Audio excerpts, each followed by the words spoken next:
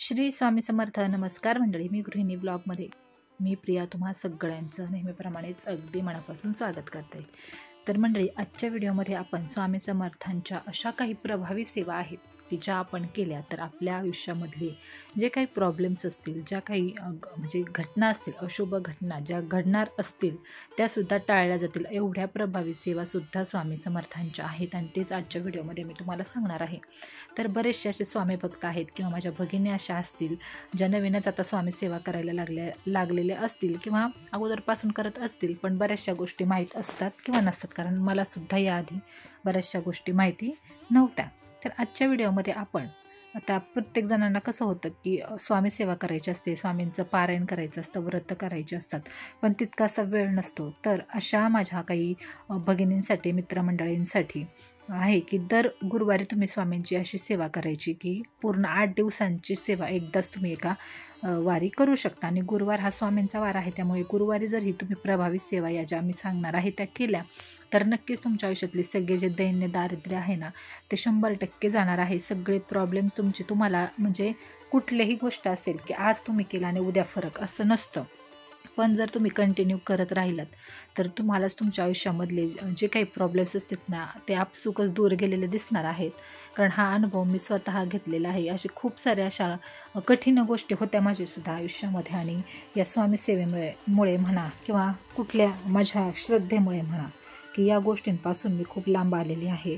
आणि आपण जर ही स्वामी सेवा जर केली तर नक्कीच त्याचा आपल्याला म्हणजे अद्भुत असं तुम्हाला चमत्कार दिसणार आहे. तर आजच्या व्हिडिओमध्ये आपण पाहूयात की प्रत्येक गुरुवारी आपल्याला कुठल्या अशा 2-3 सेवा करायच्या आहेत की ज्याने स्वामी समर्थ आपल्यावरती प्रसन्न होतील आणि आपल्या प्रत्येक चांगल्या ज्या इच्छा असतील ना ते स्वामी महाराज नक्की पूर्ण करतील. तर मंडळी, आपण नोकरीच्या निमित्ताने बाहेर गावी राहत असू किंवा बाहेर सकाळी आपल्याला जावं लागत असेल बाहेर, किंवा मग कुठलेही काही अडीअडचणी असल्या तर आपल्याला रोज स्वामींची सेवा करणं जमत नाही किंवा रोजची नित्य सेवा करणं जमत नाही. मग अशासाठी काय करायचं, रोज अगदी तुम्ही अजिबातच काही जमलं नाही तरीसुद्धा तुम्ही सकाळी स्वामींना दिवा, अगरबत्ती, धूप वगैरे दाखवूनच घराच्या बाहेर पडा. जर तुमच्या घरामध्ये स्वामी समर्थांची मूर्ती असेल तर ही सोपी सेवा तर आपण करू शकतो. आणि त्याचबरोबर अगदी जाता येता तुम्ही स्वामी समर्थ नामाचा जप जरी केला ना तरी हा जप जो असतो ना हा स्वामी महाराजांपर्यंत पोहोचत असतो. तर ही रोजची सेवा झाली. अगदीच तुम्हाला अजिबातच वेळ नसेल तर ही सेवा तुम्ही करू शकता. आणि हा व्हिडिओ अगदी मी सोप्या भाषेत सांगत आहे. जशा प्रकारे मी काही केलेलं आहे तसंच प्रकारे मी तुम्हाला सांगणार आहे. जास्त काही कुठे माहिती करून किंवा वाचून वगैरे मी सांगणार नाही. जी सेवा मी केलेली आहे किंवा जी सेवा माझे मिस्टर करतात तर तेच सगळं तुम्हाला मी आजच्या व्हिडिओमध्ये सांगणार आहे.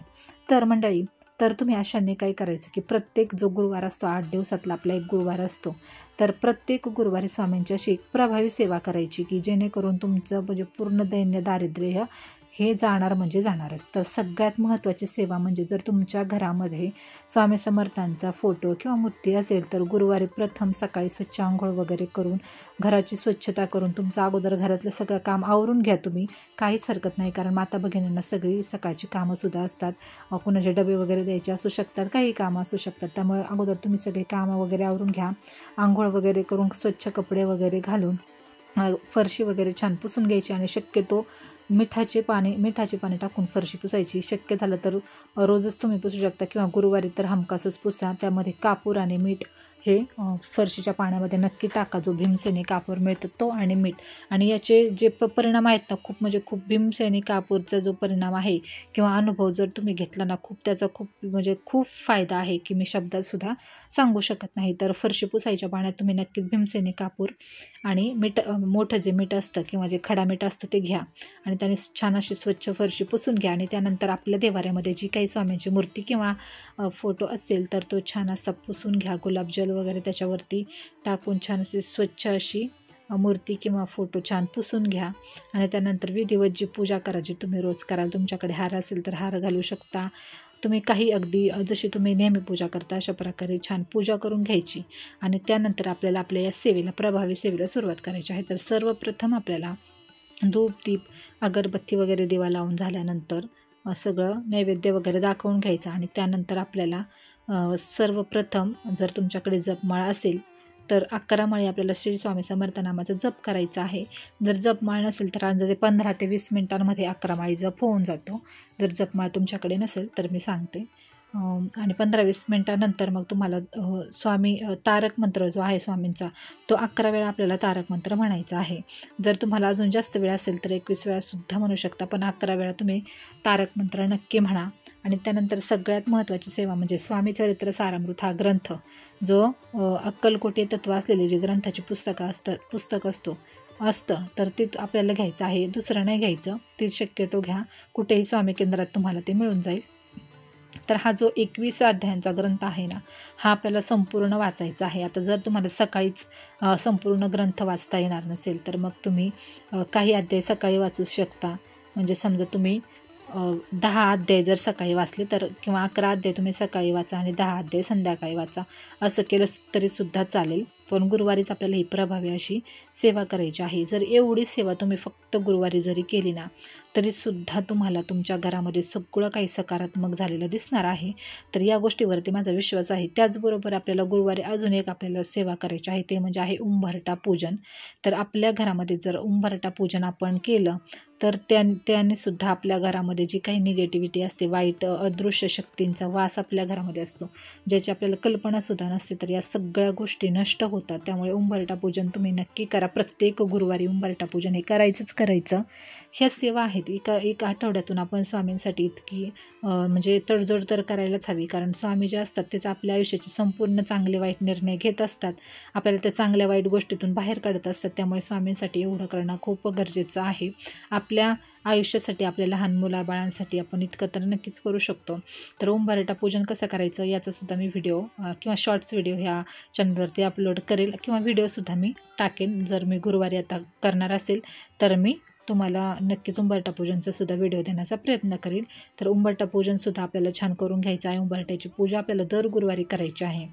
आणि त्यानंतर जर शक्य असेल तर रोज जेव्हा आपण पूजा करतो सकाळी संध्याकाळी आपल्या घरामध्ये 5 लवंगा, 1 तमालपत्र आणि 5 आपल्याला भीमसेनी कापूरचे तुकडे, तर अशा प्रकारे आपल्याला जाळायचं आहे सकाळ संध्याकाळ घरात. जर तुम्हाला घरामध्ये जर तुम्हाला दररोज जाळता येत नसेल तर मग गुरुवारी, तर जेव्हा तुम्ही ही सेवा करणार आहात तर तेव्हा गुरुवारी तरी तुम्ही सकाळ आणि संध्याकाळ ह्या अशा प्रकारे 1 भीमसेनी कापूर, 5 तुकडे आणि त्यानंतर 5 लवंगा आणि 1 तमालपत्र अशा प्रकारे घेऊन तुम्ही जाळायचं आहे घरामध्ये. यामुळे सुद्धा घरातील जी निगेटिव्हिटी असते ती पूर्णपणे जाते. घरात जरी काही आजारपण असेल तर ते सुद्धा जातं. कारण आमच्या बाबतीत जे काही घडलेलं आहे ते तुम्हाला मी सांगत आहे की या सगळ्या गोष्टींमधून आम्ही जात होतो आणि खूप जवळजवळ 90% फरक या गोष्टींमुळे आमच्या आयुष्यामध्ये आजारपणाला वगैरे पडलेला आहे. कारण कसं होतं की घरामध्ये जर आजारपण असेल ना तर सतत मग किरकिर असते, खर्च वाढतात आणि मग एकदा का खर्च आणि किरकिर वाढले की मग सगळं आपलं जे समतोल असतो ना आयुष्याचा, संसाराचा, सगळा ढासळत असतो. आणि त्यामुळेच मग सगळ्यात प्रथम आजारपण आपल्या घरामधलं गेलं पाहिजे. आजारपण जर गेलं तर मग सगळ्याच गोष्टी आटोक्यात राहतात. आजारपण नसेल तर मग आर्थिक समस्यासुद्धा जाणवत नाही आणि मग त्यामुळे किरकिरसुद्धा होत नाही. त्यामुळे या सगळ्या गोष्टी तुम्ही करू शकता. तर सर्वप्रथम आता कुठल्या गोष्टी तुम्हाला सांगितलेल्या आहेत की सर्वप्रथम पूजा वगैरे करायच्या अगोदर मीठ आणि कापूर आणि फरशी पुसून घ्यायची छान. त्यानंतर आंघोळ करून आपली नित्यपूजा करून घ्यायची. जे काही ग्रंथ वगैरे वाचायचं आहे, 11 माळी जप करायचा आहे. त्याचबरोबर 11 वेळा तारक मंत्र, 21 वेळासुद्धा तुम्ही म्हणू शकता तारक मंत्र आपल्याला म्हणायचं आहे. त्यानंतर उंबरठा पूजनसुद्धा आपल्याला करून घ्यायचं आहे. आणि त्यानंतर आरती जी आहे, जे जाळायचं आहे ते सुद्धा मी तुम्हाला सांगितलेलं आहे. तर या 4 ते 5 तुम्ही या प्रभावी सेवा या प्रत्येक गुरुवारी तुम्ही करून पहा स्वामींच्या सेवा. याचा अनुभव तुम्ही नक्की घ्याल. जर तुमच्या घरामध्ये स्वामींची मूर्ती आणि फोटो असेल तर अगदी मनोभावे करा. आणि सगळं झाल्यानंतर तुम्ही अगदी तुमच्या घरामध्ये जो स्वयंपाक केलेला असेल त्याचासुद्धा नैवेद्य दाखवू शकता. किंवा मग तुम्हाला जर शक्यच असेल गुरुवारी छान असं सागर संगीत स्वयंपाक स्वामींसाठी करायला, तर तो सुद्धा करा. एका मोठ्या ताटामध्ये छान नैवेद्य स्वामींना वाढून ठेवा.